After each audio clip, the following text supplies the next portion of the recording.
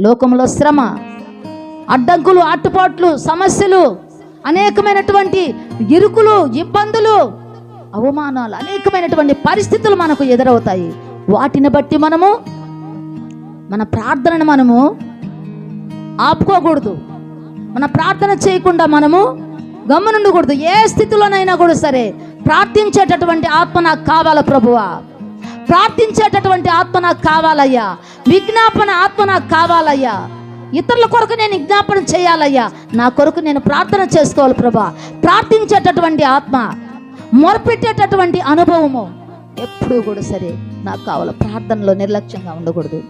ప్రార్థన చేయాలంటే బద్ధకంగా ఉండకూడదు. ప్రార్థనలో మనం బద్ధకస్తులుగా ఉండకూడదు. ఏంలే మళ్ళీ చేద్దాము అని అనుకోకూడదు. ఈ దినమే మన దినం. ఈ దినము కూడా మనది కాదు. ఈ దినము కూడా మనది కాదు.